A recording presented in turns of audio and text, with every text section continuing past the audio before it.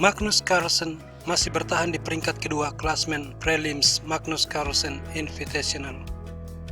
Hari ini dia meraih tambahan 4 poin, membuatnya mengumpulkan 7,5, tertinggal setengah angka dari Anish Giri. Penampilan Magnus Carlsen sejauh ini terbilang memuaskan, meski sempat dikalahkan Anish Giri kemarin. Hari ini dia bermain sangat baik. Di babak ke-6 dia sempat ditahan remis oleh Grandelius. Di babak ke-7 Carlsen mengalahkan Mamediarov hanya dalam 27 langkah. Selanjutnya di babak ke-8 ia Nepomniachtchi yang menjadi korbannya. Lalu di babak ke-9 dia menaklukkan Sergei Karyakin. Carlsen menutup prelims hari kedua dengan bermain remis melawan Temur Radjabov pada babak ke-10. Berikut ini adalah game antara Carlsen berhadapan dengan Mamediarov. Carlsen sebagai putih E4 dijawab dengan Sicilian Defense, lalu kuda F3 dan E6. B4, pertukaran pion, kuda makan, kuda F6, kuda C3 dan kuda ke C6. Di sini A3 dimainkan, lalu gajah ke E7. Setelah F4, Mamediarov rokade dan E5. Kuda D5. Carlsen melakukan pertukaran kuda. Pion makan, lalu pertukaran kuda yang lain. Pion makan diikuti dengan gajah ke D3. Gajah ke C5 menghalangi kemungkinan rokade, tapi Carlsen melangkah menteri F3. Dan sesudah D6, dia menaruh gajah di E3. Benteng B8, kemudian B4, gajah makan, menteri makan, diikuti dengan A5. Di sini Carlsen memutuskan untuk mengorbankan pion dan mengamankan raja. Pion makan, dan kemudian Mamediarov melakukan pertukaran pion di center. Pion makan, diikuti dengan benteng mengambil pion B.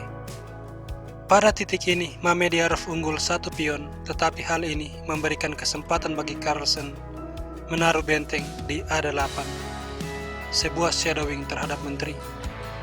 Dan ini merupakan langkah kunci yang akan memberikan Magnus Carlsen kemenangan. G6, dan sebuah langkah yang sangat penting dimainkan Carlsen di sini, yaitu langkah pengorbanan pion E6.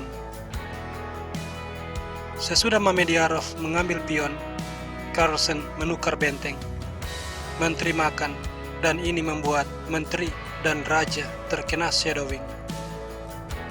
Sekarang Carlsen akan memanfaatkan kelemahan ini, tetapi jika dia langsung gajah A6, benteng akan melakukan skak, dan Carlsen akan terkena skakmat.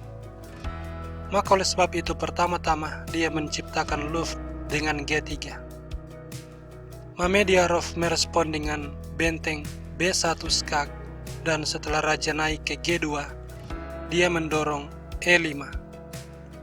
Maksud dari langkah ini adalah kalau sekarang Carlsen gajah A6, dia akan langsung kalah disebabkan gajah H3 skak. Carlsen mempertahankan diri dengan langkah G4, dan sekarang dia bersiap untuk meletakkan gajah di petak A6. Dan pada posisi ini, Mamediarov melakukan kesalahan. Dia memajukan pion ke E5. Ini mengizinkan gajah A6. Dan di sini Mamediarov blunder, karena dalam keadaan tertekan waktu, dia salah mengkalkulasi langkah.